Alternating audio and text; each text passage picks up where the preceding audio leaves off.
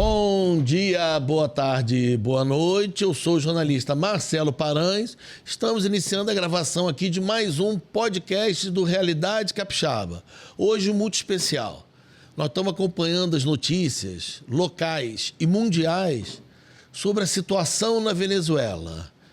Qual a realidade? O que está acontecendo? O que a população está passando? Os efeitos, impactos, repercussão no resto do mundo, repercussão aqui no Espírito Santo.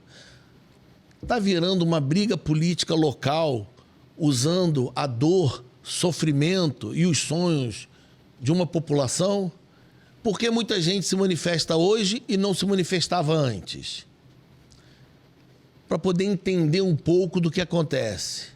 Os fatos e o olhar de quem viveu e vive essa realidade, eu tenho o prazer de receber aqui comigo a professora Adriana Esperanza, é assim que se diz? Uhum.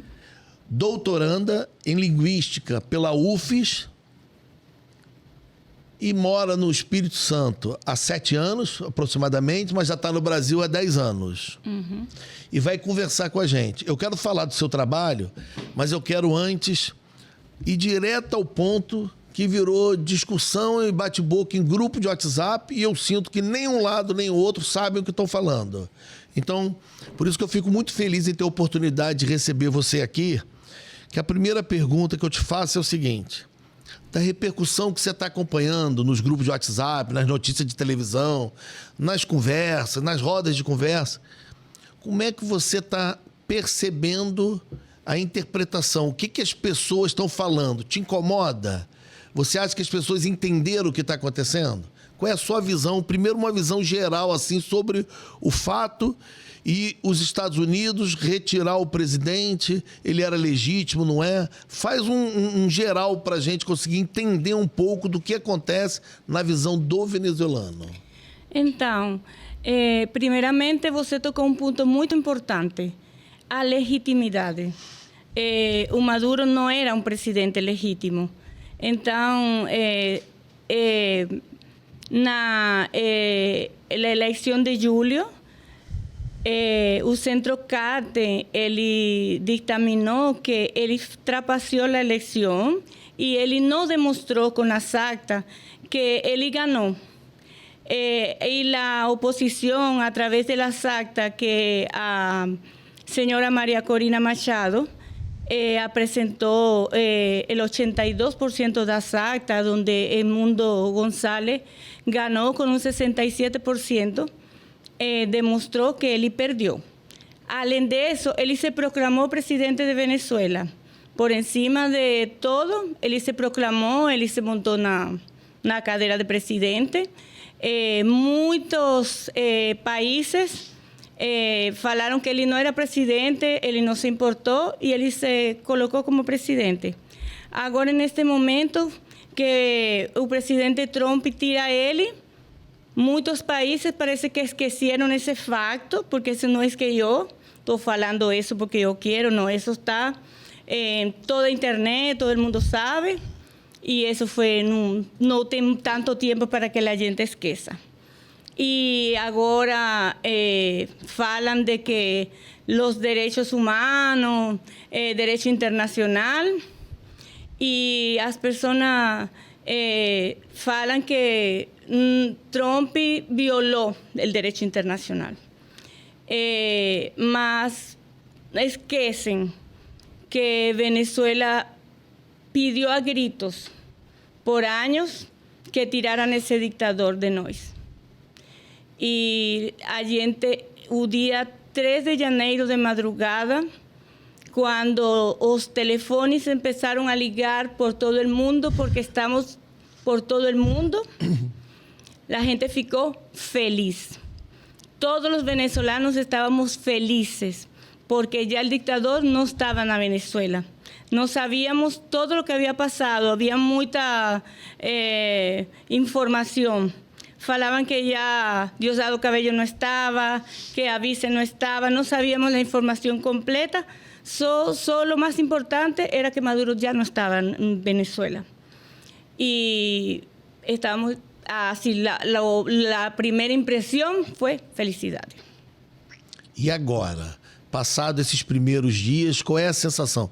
Vocês estão apreensivos? Vocês acham que vai haver uma mudança? Estão acompanhando? Qual é a sensação hoje? Después de las primeras horas, después fue mucha incertidumbre, averiguando cómo estaban las familias que están lá, porque todos los venezolanos que estamos afuera tenemos familia dentro, certificando que estaban bien. Algunos lugares, por ejemplo, mi familia estaba perto de donde cayeron las bombas. En algunos lugares tiraron a Maduro, mas el gobierno ainda está ahí. E cortaram a eletricidade, o exército estava na rua, as pessoas se resguardaram porque já a través de los años, cada vez que ocorre alguma coisa, a polícia e os militares prendem pessoas e viram presos políticos e depois são torturados. Então, eles não saem à calle, eles tratam de ficar nas casas. Então, a gente ficou ligando, não havia muita comunicação nesse momento. E aí, por exemplo, na minha família, graças a Deus, todos estavam bem. E agora a gente ficou só aguardando quais são os seguintes passos que o presidente Trump ia falar, que ia passar. E ainda estamos assim. Ele falou que ia ser uma transição, que a gente não ficou muito contente, que o régimen ainda iba a ficar ahí, la gente entiende que es evitando una cuestión civil, más violencia, mas la gente no ficou contenta, porque ainda é assim, ainda o régimen está mandando. Entendi. Quer dizer, o mesmo grupo, o mesmo partido ainda manda. Sim. Mas aí saiu a figura principal que simbolizava tudo. Assim, a cabeça saiu, mas o régimen está aí.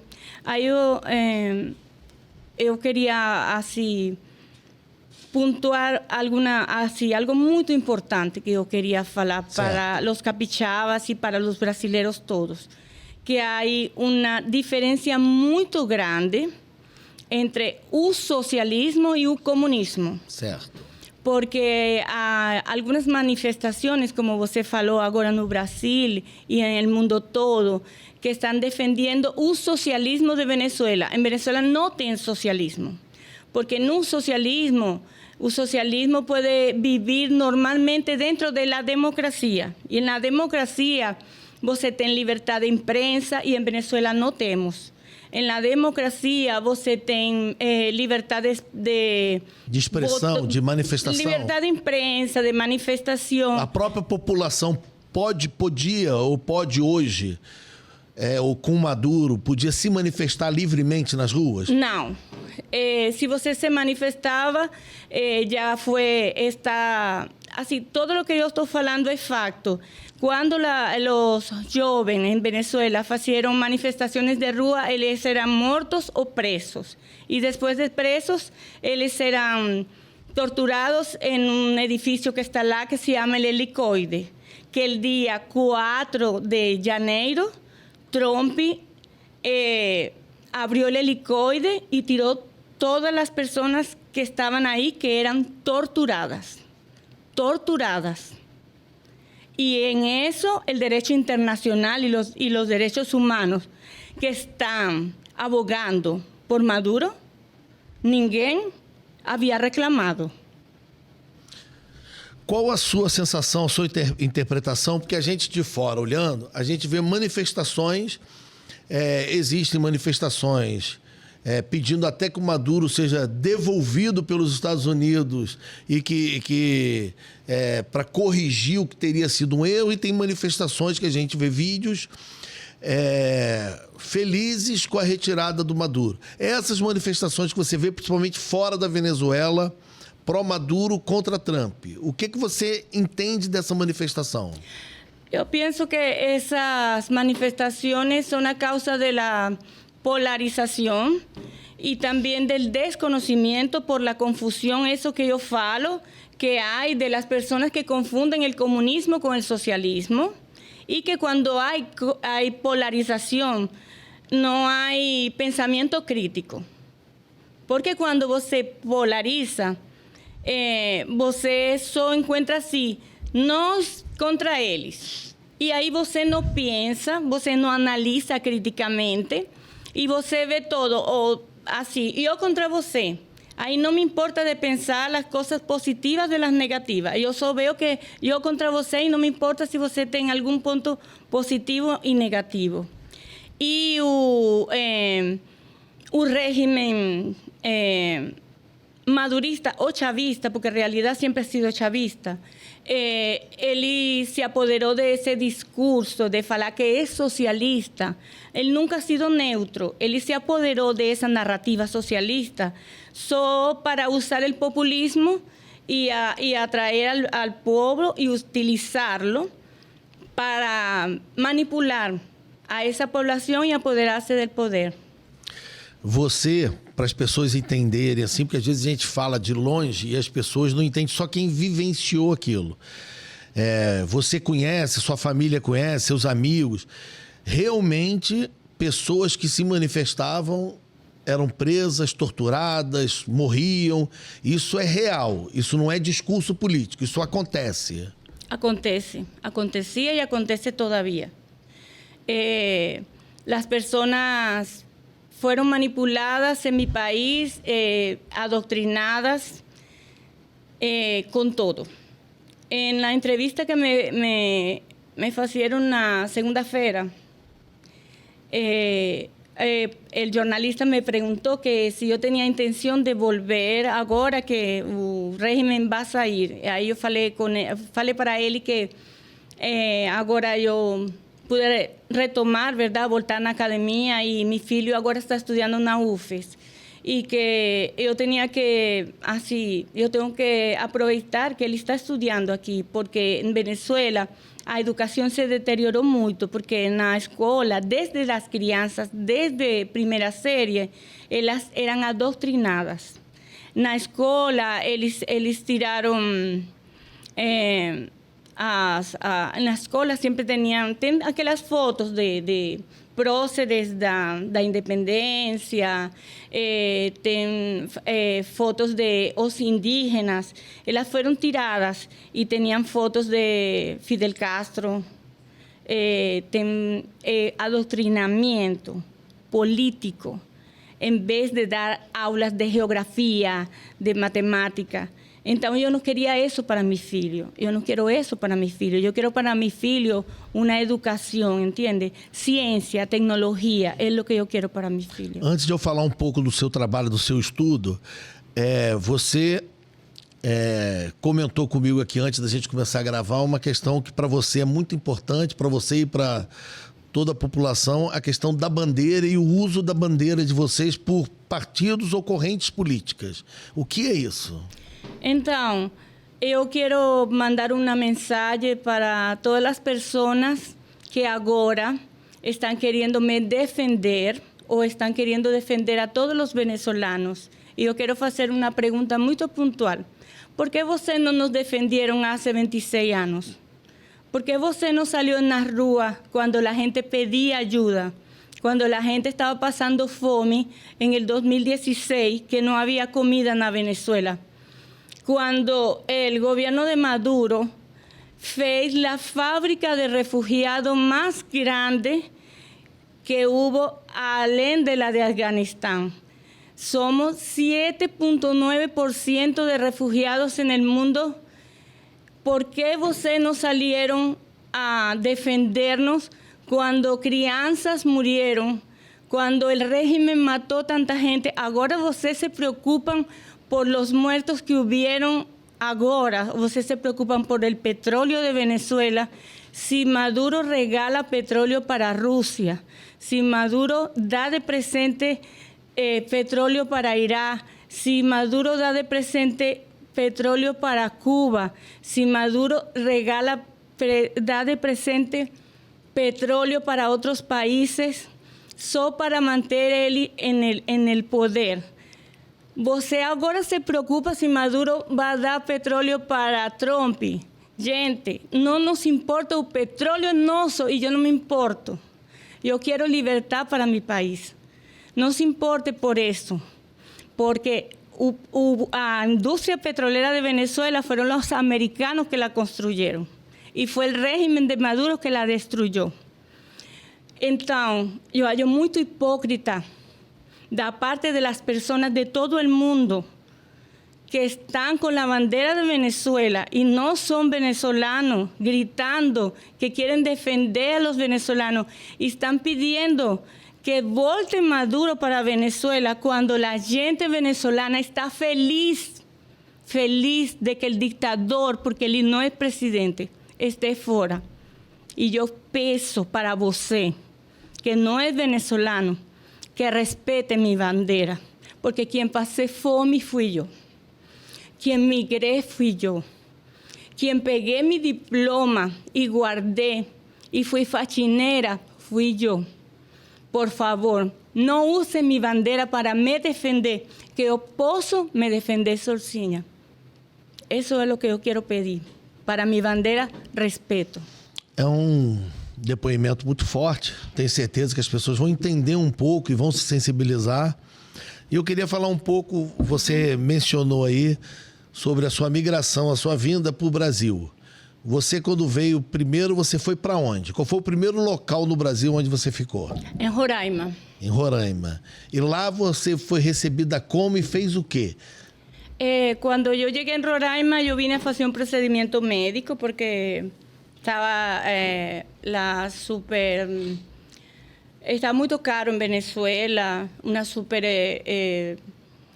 devaluación del bolívar, y era bolívar en ese tiempo, y era muy caro para hacer una cirugía que yo precisaba, y yo conocí a un amigo mío que era ginecologista brasileiro, tenía una amistad de muchos años con él, y él me ofreció venir a hacer la cirugía aquí, él me fez la cirugía, y cuando yo vine, a crisis de Venezuela continuou, e aí eu fiquei aqui. Ele fez a cirurgia, eu fiquei mais um pouco me recuperando e depois eu fiquei aqui, em Roraima. Certo. Aí você, professora, você começou trabalhando com o que em Roraima, para se sustentar? O primeiro trabalho, como é que foi? Meu primeiro trabalho foi de babá. Certo. Depois trabalhei de doméstica, na casa de uma senhora que tinha um supermercado.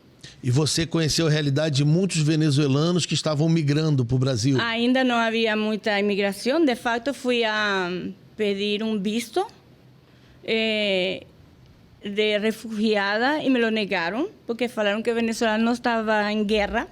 Certo. Mas nesse tempo já começaram a considerar dar vistos de solicitud de refúgio. E fiquei 3 anos em Roraima. Estava no mandato de Dilma ainda. Estava saindo Dilma para Temer. E quando começou a interiorização, eu fui a primeira família interiorizada para Espírito Santo. Aí você veio para o Espírito Santo, foi recebida aqui e começou trabalhando com o que no Espírito Santo? Ou que profissões que trabalhos você já desenvolveu no Espírito Santo? Quando cheguei ao Espírito Santo, segui trabalhando com uma família doméstica. Depois não quis trabalhar mais de doméstica e vendi água na curva de la Jurema. E logo chegou a empresa Leroy Merlin. Trabalhei como operadora de caixa e foi meu melhor trabalho. E de aí eu sempre quis validar meu diploma de professora. Mas... E você queria exercer a sua profissão, mas tinha que validar o diploma aqui primeiro. Você fez o mestrado aqui na UFES, no Espírito Santo, na Faculdade Federal. Eu fui tem a cátedra de Sérgio Melo Vieira. Aí eu fui na cátedra de Sérgio Melo Vieira porque eu queria validar o diploma, não? Assim, fui perguntando e a cátedra me orientou e me ajudaram para entrar passei em um processo seletivo de mestrado, Comunicação Social e Territorialidade. E aí... Pode falar. Aí entrei na Comunicação Social e Territorialidades e fiz meu mestrado, passei e aprovei. Eu copiei um pouco aqui um trecho que eu encontrei no seu Instagram, é um material público, né? Aí eu encontrei aqui. GEDIM é o grupo de estudo? Ajá, del doutorado. De doutorado, que você está hoje fazendo doutorado. Ajá. Aí o título está assim: Mulheres Imigrantes Venezuelanas e Violência contra a Mulher. Uma análise crítica dos discursos do jornal Folha de Boa Vista. Esse jornal Folha de Boa Vista é o de Roraima. É de Roraima. Fala um pouquinho sobre esse trabalho e o estudo que você faz, que você desenvolveu e está desenvolvendo. Então, no mestrado, eu estudei a representação de los venezolanos em geral, ¿verdad? Como a gente é representada en ese jornal de Roraima. Eu escolhi esse jornal de Roraima porque é a porta de entrada dos venezolanos e é onde tem mais aquele impacto. E eu trabalhei o ano 2018 e del 16 e 17. E trabalhei esses anos porque nesse momento foi momento bem mediático e foi bem forte, assim, era assim, e foi bem, como que você fala? Em espanhol se fala amarillista, em português sensacionalista. Sensacionalista. Nossa, era muito, e foi bem assim, foi bem, era muito, assim, todo lo ruim, sabe? Y ahí en el 2017, cuando entra ACNUR y ONU, imagina que hicieron una reunión para abaixar un poquinho, porque estaba muy fuerte. Era solo las cosas ruins que salían en el jornal. Ahí, luego, cuando yo paso en un doctorado, como eu estudei discurso, eu gostei muito de analisar discurso. Quem é a professora, doutora, sua orientadora hoje? Aí, quando eu estive no mestrado, eu li a professora Micheline Tomasi, que ela trabalha contra a violência contra a mulher. Que ela é da UFES do Espírito Santo. Do Espírito Santo. Aí, eu conheci a professora, li ela e adorei o trabalho dela. Ela trabalha a violência contra a mulher. E aí eu fiz a linguística detrás dela, que eu gostei muito dela. E aí passei com ela. E ela também ela é linguista, ela trabalha análise crítica do discurso sociocognitivo. Certo. E então estou trabalhando como são construídas essas notícias que falam sobre quando essas mulheres venezuelanas sofrem violência, como são construídas essas notícias. E então me desculpe interromper, que elas sofrem a violência no Brasil, na Venezuela, na trajetória de vida delas. Não, como é que é isso? São quando elas sofrem violências no Brasil. No Brasil. Só que quando eu vou pesquisar, não, quando me interesso no tema e quando eu vou pesquisar as notícias, eu me consigo que tem muito poucas notícias. Quando eu fui a pesquisar em geral, tinha muitas notícias. Da mulher, de uma forma geral, tem muita. De los venezolanos em geral. Quando eu vou entendi. pesquisar mulher, eu me consigo bem poucas notícias. Então, quando eu vou a pesquisar quantos casos de violência há, tem muita. Aí, quando eu vou pesquisar notícias, tem muito pouco. Então, eu fiquei buscando relatórios, só que nos relatórios não tem demarcado quando é venezolana e quando é brasileira. Não tem essa... Tem um número da mulher de uma forma geral. Então, é difícil achar número de feminicídio da mulher venezuelana. É mais difícil.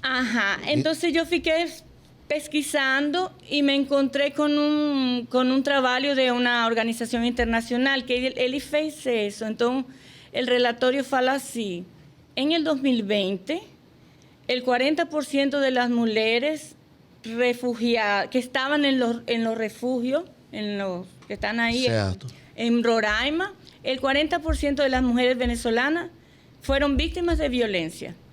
Y entonces yo tengo datos, ¿verdad? Que todos los días entraban 1,000 personas, todos los días, en el 2020. Y el 2020 tiene 365 días, y todos los días entraban 1,000, y si el 40% que entraban, que estaban en los refugios. Aí eu empecé a sacar minhas contas, ¿no? Então, eu fui a los relatorios de ACNUR y yo determiné que eran, así yo saqué las cuentas, y eran 920 mujeres que habían sufrido de violencia. y yo fui a ver cuántas noticias habían en el 2020 y usted acredita que había una noticia en el 2020. En todo el año só publicaron una notícia de violência contra a mulher venezolana. Então, aí... Eu deduzo que, se eu estiver errado, você pode me corrigir, que se para a mulher já tem um monte de barreira social, que é difícil fazer a denúncia, tornar público, criar uma delegacia, para a refugiada deve ser muito mais difícil, porque ela deve ter medo até de ser obrigada a voltar para o país, não sei, ela deve se sentir muito mais desamparada do que a mulher brasileira, nesse caso. Deve ter um número menor de registro de mulheres imigrantes que sofrem violência. Então, allí hay una, o sea, se observa, ¿verdad?, un apagamiento, un silenciamiento de la violência que essas mulheres sofrem. Porque se você observa, é muito fácil falar para o Brasil. Eu acolho mulheres refugiadas, mas não é bom falar eu bato em mulheres. Você sabe? Então, não aí é um ponto interessante para a minha pesquisa. Quais tipos de violência mais aparecem, né, nesse seu estudo? É violência dentro de casa, é marido, é violência na rua, para a gente poder entender o violência contra a mulher, aparece o que mais, assim? O que é isso? Então, o que a gente precisa observar? Então, esse é outro ponto interessante, que só 15% é violência familiar. As outras violências são escravidão, tráfico humano e tráfico sexual. A parte de estupro e feminicídio. Mas feminicídio não do marido. Feminicídio de pessoas da comunidade. Foi também difícil para mim. Tive que analisar muito, ler muito a lei de Maria da Penha para poder encaixar aí na violência. Porque com minha orientadora, com a professora Tomasi, porque não estava pudiendo encaixar, mas sim, porque fala que pessoas da comunidade, não marido. Isso, bem pouquinho marido. E você estuda, o seu objeto B são as mulheres maiores de idade ou adolescentes, não, crianças, todas as mulheres? Todas as mulheres. E também tem muito caso de exploração sexual, principalmente na região, assim, com menores de idade, né? Mulheres que são trazidas, assim, tráfico humano, que falam para ela, vou te levar no Brasil a trabalhar em uma fazenda, ou vou te levar no Brasil a trabalhar em uma casa de família. E aí elas são trazidas para trabalho sexual. A gente encontra na Netflix, na plataforma, muitos vídeos e documentários que mostram mulheres fugindo da antiga União Soviética, dos países que compõem a antiga União Soviética, para a Europa, com promessa de trabalho, e lá são escravizados e tem que se prostituir. Exatamente. Isso também acontece na fronteira e dentro do Brasil com mulheres que vêm da Venezuela. São enganadas e exploradas aqui. Exatamente. Isso tudo no seu trabalho, você está tentando, você está buscando dar luz a isso. Mas eu estou analisando só as notícias que falam disso. Como essas notícias são construídas. Entendeu? Entendi. E aí vai chamar a atenção. E como você disse, se eu entendi certo, não existem muitos trabalhos, documentos oficiais sobre isso. Então o seu trabalho, quando concluído, ele vai servir como instrumento de pesquisa e de informação para muita gente. Ele vai ter uma relevância social. Porque e chamado de atenção, que faz falta essas coisas. Tanto para a Venezuela quanto para o Brasil, porque é uma realidade dentro do Brasil, mas para mulheres da Venezuela se alertarem também do que acontece. Dentro da universidade tem um grupo de pesquisa que está recém-criado, que se chama JEPAMIR, eu faço parte, que está creado por, la gente fala así, la gente no quiere falar estudiantes internacionales, sino personas internacionales, que son estudiantes que ven de otros países a estudiar en la UFES. Y la gente tiene un grupo de pesquisa que está adjunto a la cátedra de Sergio Melo. El año pasado hicieron un manual de respeto da UFES. Y en ese manual de respeto incluyeron personas LGTB+, personas que tienen algunas dificultades, y personas trans, y así. Solo que no pusieron personas internacionales. Entonces, a veces las personas, y personas pretas, creo que también, ajá. Mas no pensaron nas pessoas internacionais. Nos imigrantes, nos refugiados. Exatamente. Pessoas internacionais que a vezes também temos algumas dificuldades. Por exemplo, as pessoas sofremos de alguns tipos de xenofobias e ninguém fala. Tenho amigos colombianos e eles falam que a maioria das vezes eles falam: você trouxe maconha. Essas coisas não se falam. Então, a gente fez uma reunião e a gente viu que tem essa lacuna aí nesse documento. Preconceito muito grande. Entendi. Entende? Trazendo para o nosso momento hoje, você com toda essa experiência, com a vivência, com o seu período na Venezuela, o seu período aqui como venezuelana brasileira e capixaba, uma parte capixaba agora. Eu sou capixaba. Capixaba. E você olhando o que está acontecendo, qual é a sua expectativa e a sua esperança agora para o que vai acontecer com a Venezuela daqui para frente? Então, minha esperança, primeiro, que este processo de transição passe bom, que esse governo saia, que faça uma eleição e que essa eleição seja transparente e que o povo decida e decida bem, que já não tenhamos mais régimen, que seja uma democracia e que o que o povo decida seja. Porque também houve algo que la mayoría del pueblo no gustó, que hubo un pase de factura. No sé si usted entiende eso, lo que es un pase de factura. Por el premio Nobel. El pueblo de Venezuela quiere a María Corina. Y María Corina ganó el premio Nobel. No sé si ustedes siguieron esa noticia. Sí. Cuando María Corina ganó el premio Nobel, Sí. Trump faló que el premio Nobel él lo merecía. Y de facto, hasta después de eso, María Corina falou que si era por el premio Nobel, ella se lo entregaba a él.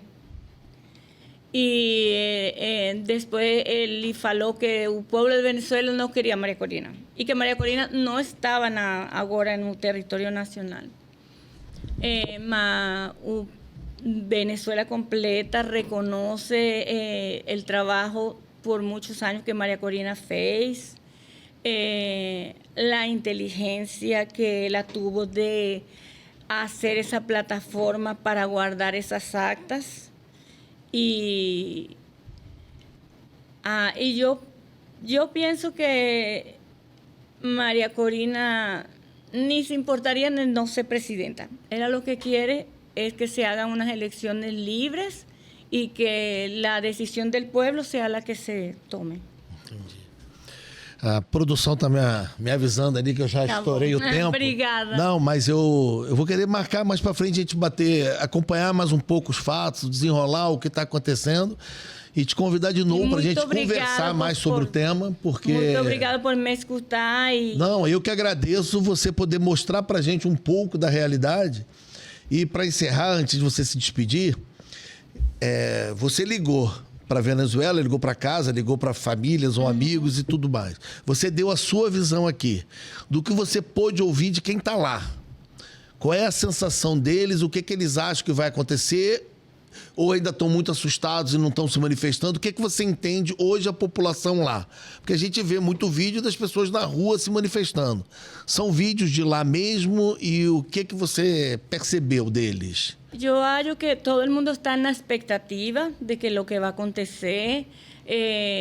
Há gente que está, esta semana, estão muito confiantes com isso de que esta semana van a comprar un petróleo, ese dinero va a ser para empezar a reactivar la misma industria petrolera, porque petróleo hay, o sea, ya listo para vender, él lo va a comprar, él dijo que iba a empezar a reactivar en los hospitales, que es una cosa muy importante, y las mismas industrias, no solo la industria petroleras, ¿verdad? Sino las otras industrias, los otros minerales como el hierro y todo eso, porque todo está acabado, todo. Las mismas rúas, todo está destruido. Pero além de eso, las personas están aguardando, sobre todo esa parte política, pues que hagan las elecciones y que los Rodríguez y Diosdado Cabello salga del país. Tudo que vocês querem é uma eleição justa, transparente e que o resultado seja respeitado. É isso. Exatamente. Muito obrigado mesmo por você se expor, você se manifestar, você contar um pouco da sua história e explicar esse momento pra gente, porque tem muita gente de fora olhando, querendo dar opinião. O importante é a gente ouvir a opinião e a história de quem vivencia a questão. Fica mais real e é possível a gente entender o sentimento da população e dos refugiados que sonham ou em voltar ou de pelo menos ver seu país recuperado. Te agradecer muito aqui. E não crean na inteligência artificial. Há muitos vídeos que vi por aí que são inteligência artificial também. Obrigado, e em breve nós vamos voltar a conversar aqui e espero que você traga notícias melhores e a população mais feliz e anunciando que vai ter uma eleição realmente transparente. Amém, amém. Deus é grande. Obrigado, hein? Muito obrigado a todo mundo que acompanhou. Até o próximo.